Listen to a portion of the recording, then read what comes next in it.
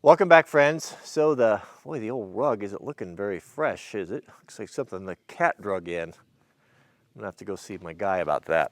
So we made it back from the Overland Festival down there or up there in Leavenworth, Washington, and I wanted to talk a little bit about it. Well, about sobriety, right? Of course, it's been what, 4 weeks and 3 or 4 days, give or take, since I made the decision. I uploaded that video saying goodbye to an old friend for me to give up alcohol 100%, and I wanted to give you an update on that. And I'll tell you what, it was my greatest, one of the greatest trials of my life, being in a kind of a German beer festival town with my favorite food and my favorite places, and everyone around me drinking. Oh, it was tough, man. It was absolutely tough. Anyway, I'll tell you the story. So if you're just joining us, I was inspired by a video on Owen Benjamin's channel talking about he made a decision to give up alcohol, and I did that as well, and I did do it. Up to this point, I haven't touched it. I haven't touched a drop, and I wanted to talk a little bit about how that's changed my life and about the great struggle that we'll go into it. So Leavenworth, Washington, we went there last year for the Oktoberfest.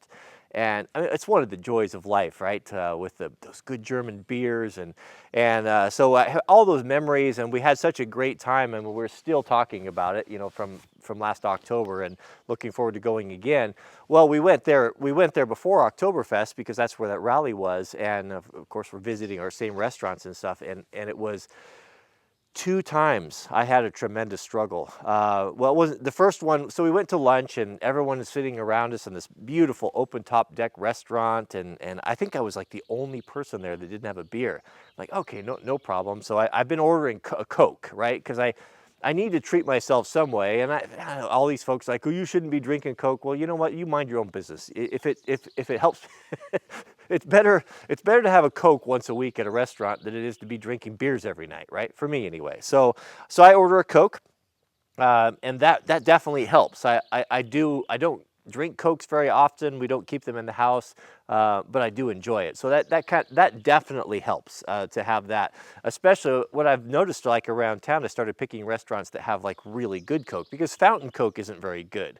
It's rare that the people, the proprietors of the restaurant, know how to do the mix right, and they don't often clean the machine. So you're better off. I mean, there's nothing better than getting an ice cold can, right?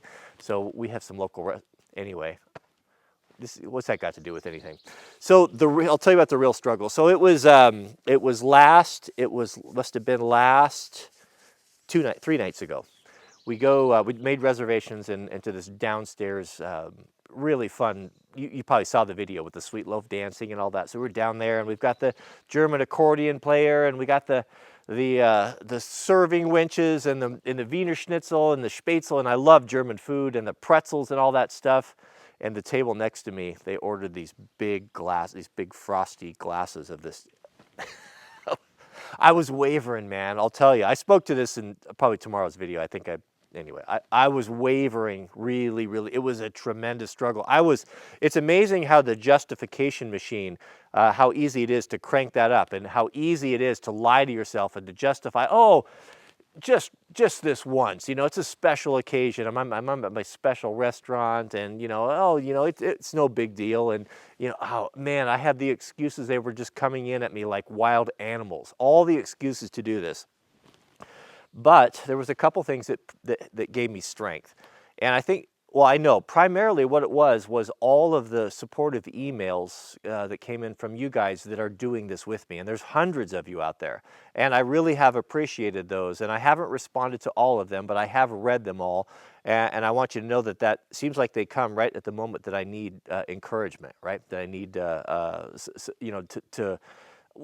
what it boiled down to was I knew that you guys were going through the same thing as I was, and you were hanging tough, and I wasn't going to let you down, and I wasn't going to let my kids down. I wasn't going to let my family down. I mean, I've made the commitment to my wife. I've made the commitment to my kids as well, that I'm not going to be drinking through the summer. And again, I really need to stress this. It wasn't necessarily because I had a problem, but but maybe it was leading to that. And what I was finding was when I would drink, I would make some bad decisions, usually regarding food, eating ice cream, and so I made it. That was probably. I don't think that there's any place I could have went that would have been more of a trial or more difficult than that particular restaurant at that particular time with that particular beer. And I was really, really proud of myself. But man, I wanted to cheat. I could have justified it a million ways till Tuesday, but I hung tough in there, and it's because you guys are doing it with me, and having that public accountability really made a big difference. So let's talk a little bit about, so how has it changed my life? Well, the thing about it is when you go to these restaurants, you just don't realize how alcohol is the center of these social things, and the center of bar menus and restaurants. It's all designed around that, and it's so easy, so easy to have access to. So you have to really be diligent, and you have to really be resolved to hold to this.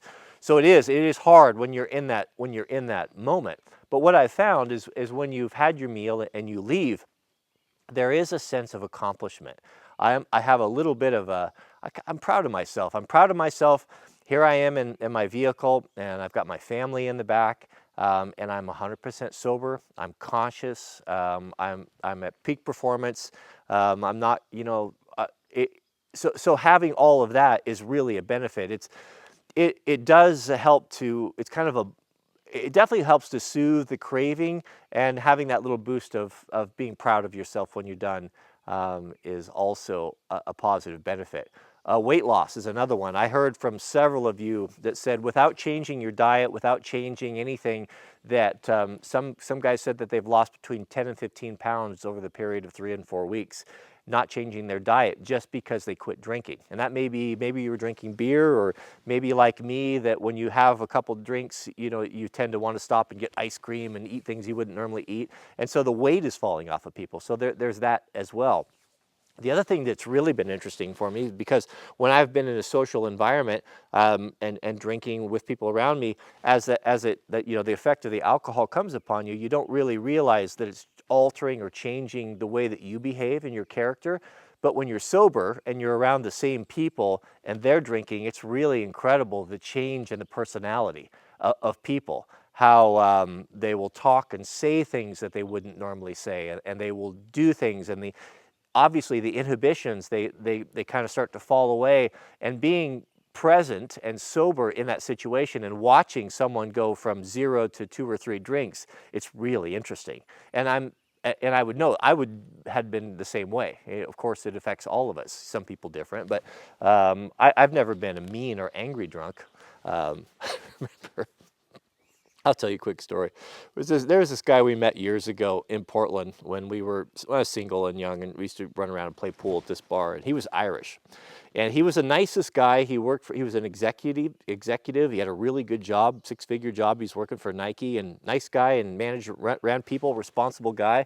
But when he would start drinking, he would just lose his mind. It got to the point where we finally had to cut him loose and out of our inner circle, because everywhere we would go, he would get so aggressive and start to fight that we would get kicked out. They wouldn't let us come back anymore. I remember he'd get really generous. We'd be at the bar, and he'd put his credit card up there at a tab, and he would tell drinks are on me. You know that type of guy, right? So we took him at his word, right? And I think other people took him at his word as well. And then it would be funny, the next morning you check his credit card statement or whatever, call the bank. I don't remember what he did in that day. Maybe it was a week later. He would be ranting. He's like, hey, how the heck did I rack up a $1,200 bar bill? Happened all the time. One time he came up missing. He went down to the ATM machine, and he was missing for like an hour and a half. We went looking for him, and we found him. He had his head against the ATM machine. He was still trying to get his card in the slot, unsuccessfully. But yeah, so that's not the guy you want to be, right? And I never was that person, and I seem to be able to, moderate it and keep it within limits. But some people it affects more than others. We all know that. But it's really interesting. So, and I found out recently that President Trump is not a drinker. Doesn't drink alcohol. And someone told me that he had said that that had been a huge advantage for him in building his business empire and negotiating when he found himself at a group at table. Oftentimes, I think guys will meet over dinner and hash out business deals or whatever. I'm not really involved in that, but I can imagine it, that he considered himself to be at an advantage to have complete control of his faculties when these other men were becoming under the influence and maybe not making the best decisions. I found that kind of interesting. So, yeah, so that's the benefit. The other thing is the smell of it that I never was aware of, how strong the smell is on people's, maybe it's just from your pores or from your skin, but I was around folks that were drinking when we were at Leavenworth, and I'm around them all the time. We're kind of living the beer culture here. The smell of it is so overpowering, and I never noticed that before, and that's something that I have picked up on as well. But overall, it's been great. I'm sleeping a lot better.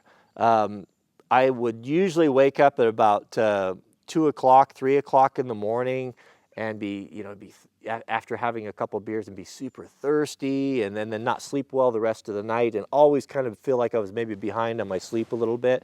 That's all went away. To be able to wake up in the morning, I still have my coffee addiction, but once I get my coffee, I'm definitely more alert. It's easier to get going, more energy, just feel better. Just feel better, and I just make better decisions all around. It's been really good for me. So apart from those little struggles, and a guy might, if you find yourself, having weakness like that, you might talk to your wife and just say, hey, maybe we won't go to those restaurants that we've always went to, because you can kind of associate, all those good times and those memories you had with your family. Like you might want to stay away from that place where you like to have those margaritas with your Mexican food, and maybe just find other options. And I guess one of the things that I'm noticing is that the food doesn't seem to taste as good. Places that I thought was really, really good, we've went back to, and it's just kind of okay. And I thought about that. Like, well, usually I have, you had a beer or two or a beer and a half or so before your food came, and maybe that kind of, maybe that's why they push alcohol in restaurants so much, like to cover the or the poor quality food, or I don't know, but it's been great. And so where does that lead us from here? At 4 weeks, that's a good start, right? I was kind of thinking in my head, when I said I would do this, it was just for the summer, and that I would break this alcohol fast when we went to Oktoberfest in Leavenworth. But now that I'm starting to kind of get on the other side of it, and to see all of the positive benefits that are coming into my life from this, I almost feel a little reluctant to get back in that, even though I do enjoy it, and I would love to be able to do it. I don't know. I just don't know if I could. I'm kind of a person of extremes, and what I think would probably happen would be the one that, that foot in the door, that wedge in the rock. Once you justify having one, then you can easily justify having another, and then pretty soon are you back into the same thing, and having 2 or 3 beers before you go to bed at night every night, which is what I don't want to do. So I don't know. But here's the deal, how I tell myself. I don't look at it that I can't do this. I look at it that I choose to do this. And I told Mrs. W, when we were at that basement restaurant, that I was I was really struggling with it, and I was wavering back and forth, and she said, well, you can do whatever you want to do. You don't have to do, don't have to do anything. And I said, well, no, I know that. If I want a beer, I'll order it. I can do that, and I don't care what anyone thinks. And I would have told you guys, like, hey, I fell down, and maybe we reset it, but I didn't. And the fact that I make that decision, that I'm the one in control of it, it really makes a big difference for me, that I choose not to drink. Not that I can't have it. And I feel, when you feel like you can't have something, you kind of revert back to that petulant child, where your parents say, you can't have any cookies till you eat your supper, right? Well, that's kind of a childish way of looking at things. I am an adult, and I make the decision. If I want to go down and have a beer, I'll go down and have a beer right now. But I've chosen not to, and that helps me.